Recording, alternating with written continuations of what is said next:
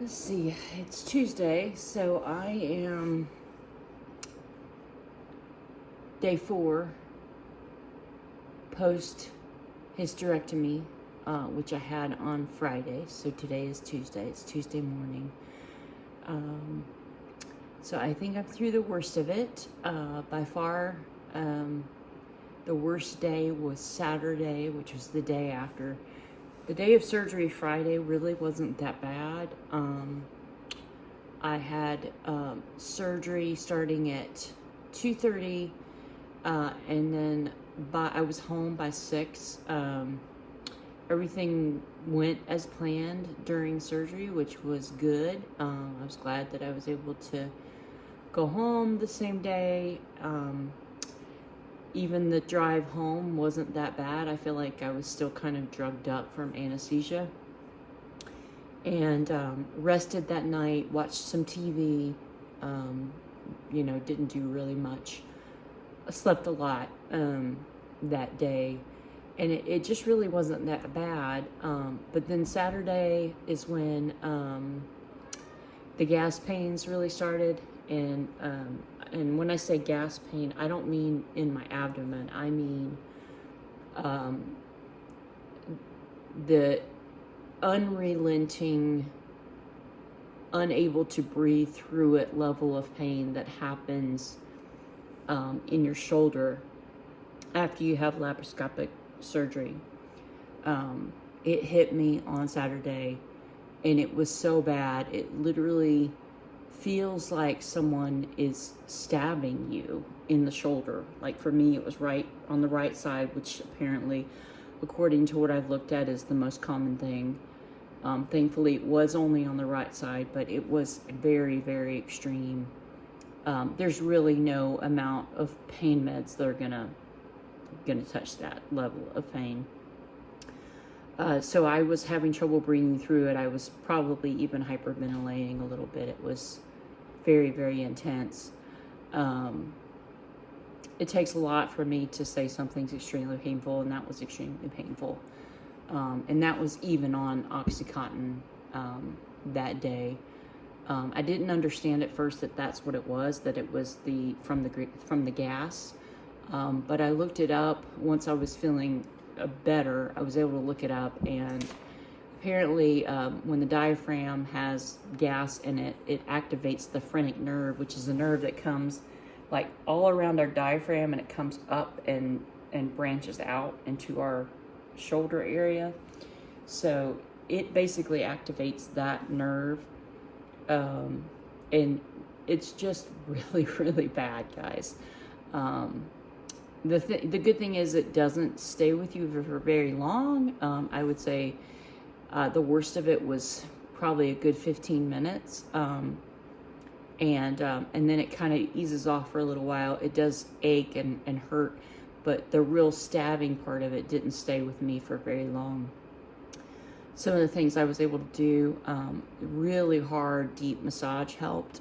So my husband was able to just really dig in there, and that helped a lot. When he wasn't available, I had like a massage gun that I would put on there, and I pretty much have had a heat pad on it from the time that I got home from the hospital. I just keep a hot pad there 24/7, even sleeping, and that does seem to help a little bit. Now on day 4, it is easing up. It started easing up quite a bit. Saturday and Sunday was the worst, and I'm gonna say by yesterday, Monday, I felt like, okay, I can handle this now. I feel like I've turned a corner, and I'll be okay with him going back to work and being alone for the evening while he's gone. So that felt, good, that at least I felt like I was making some improvement. Today, Tuesday, I feel like it's just incrementally every day getting a little bit better, and that's great news. So I would say that by far the shoulder pain was the worse than anything in my abdomen where I actually had surgery. I had the laparoscopic robotic surgery to remove the uterus, the cervix, the fallopian tubes, and the ovaries. Because I am 57, I don't need any of that anymore. And it was done to prevent more anemia, which is something I've had a problem with.